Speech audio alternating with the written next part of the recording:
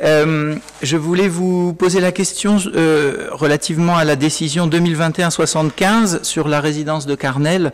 Je constate que c'est Madame Karine Betin du CCAS qui représente la résidence de Carnel, et je m'interroge sur le statut de cette résidence. A-t-elle été municipalisée purement et simplement? Est-elle toujours une association de loi 1901 qui, à ce titre, doit organiser régulièrement des assemblées générales, faire un appel à adhésion, être ouverte? Et dans ce cas, en général, les responsables élus ne sont pas forcément de la mairie qui, par ailleurs, est le partenaire principal. Voilà, c'était si vous pouviez clarifier ce point. Alors, je vous confirme, Madame Betin est bien la directrice de la résidence de la forêt de Carnel. Elle fait plus partie de la municipalité en tant qu'agent. Elle était au CCAS, hein, donc elle a été détachée pour la résidence. Elle est payée par la résidence, elle est sous l'autorité sous son autorité, le département, l'ARS, le président, qui est moi pour le moment.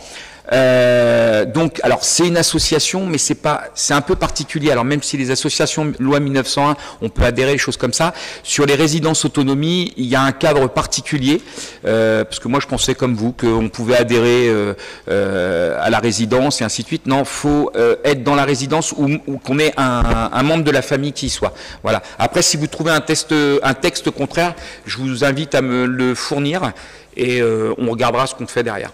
Voilà. Mais dans ce cas, quand est-ce que s'est déroulée la dernière Assemblée Générale, ou peut-être vous avez été élu président, j'en ai pas entendu parler. Est-ce que cette AG va bientôt se tenir?